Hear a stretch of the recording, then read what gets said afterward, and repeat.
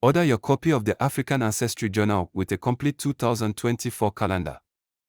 This 121-page journal is to document your African ancestry discoveries. It's a perfect companion for your individual African ancestry research.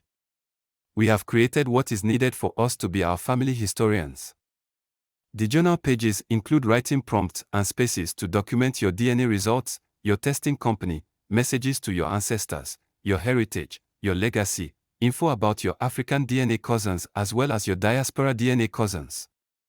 There is space to write your GEDmatch kit numbers, DNA beneficiaries, kit managers, and more.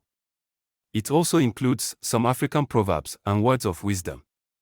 You will be intrigued by the author's introduction to her story called The Invisible Artifacts.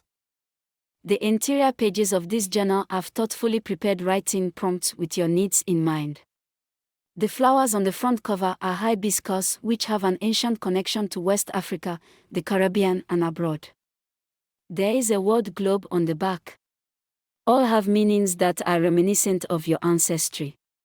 You can purchase this journal at Amazon.com or visit our website at www.dnatestedafricans.org for the purchase options. Be sure to write your true ancestral story and your history.